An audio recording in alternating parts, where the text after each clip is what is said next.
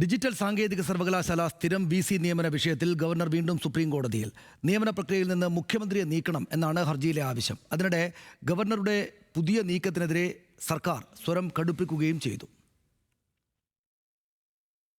Digital സാങ്കേതിക സർവകലാശാലകളിലേക്കുള്ള സ്ഥിരം vice ചാൻസലർമാരുടെ നിയമനത്തിന് സെർച്ച് കമ്മിറ്റി നൽകുന്ന പാനലിൽ നിന്ന് മുഖ്യമന്ത്രിക്ക് മുൻഗണനാക്രമം നിശ്ചയിക്കാമെന്ന് സുപ്രീം കോടതി വ്യക്തമാക്കിയിരുന്നു. ഈ ക്രമം പാലിച്ചു വേണം ഗവർണർ നിയമനം നടത്താനെന്നും ഓഗസ്റ്റിലെ കോടതി ഉത്തരവിൽ നിർദ്ദേശമുണ്ടായിരുന്നു. സെർച്ച് കമ്മിറ്റി അധ്യക്ഷനായി റിട്ടയർഡ് ജസ്റ്റിസ് സുധാംശു ധൂലിയയെ നിയമിച്ചത് സുപ്രീം കോടതിയാണെങ്കിലും ഫലത്തിൽ VC നിയമനത്തിൽ സർക്കാരിന് മേൽക്കൈ ലഭിക്കുന്ന സ്ഥിതിയുണ്ട്. ഇത് മുന്നിൽ കണ്ടാണ് VC നിയമന പ്രക്രിയയിൽ നിന്ന് മുഖ്യമന്ത്രിയെ നീക്കണമെന്നാവശ്യപ്പെട്ട് വീണ്ടും ചാൻസലർ കൂടിയായ ഗവർണർ സുപ്രീം കോടതിയിൽ എത്തിയിരിക്കുന്നത്. സെർച്ച് കമ്മിറ്റിയിൽ UGC അംഗത്തെ ഉൾപ്പെടുത്തണമെന്നും ഗവർണർ ആവശ്യപ്പെടുന്നു. ഡിജിറ്റൽ സാങ്കേതിക സർവകലാശാലകളിൽ VC നിയമനത്തിന് കോടതി ഇടപെടലിലൂടെ പരിഹാരമായെന്ന പ്രതീതി നിലനിൽക്കെ ഗവർണറുടെ നടപടി സർക്കാരിനും അപ്രതീക്ഷിതമായി.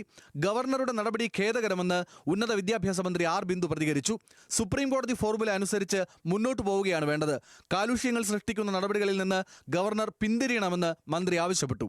നമ്മുടെ സർവകലാശാലകളുടെ അക്കാദമിക് ഗുണനിലവാരം വർദ്ധിപ്പിക്കുന്ന കാര്യത്തിൽ കൈകോർത്ത് പിടിച്ച് മുന്നോട്ട് പോകുന്നതിന് പകരം കാലുഷ്യങ്ങൾ സൃഷ്ടിക്കുന്ന നടപടികളിൽ നിന്ന് ഏവരും പിന്തിരിയേണ്ടതാണ് എന്നാണ് പറയാനുള്ളത്.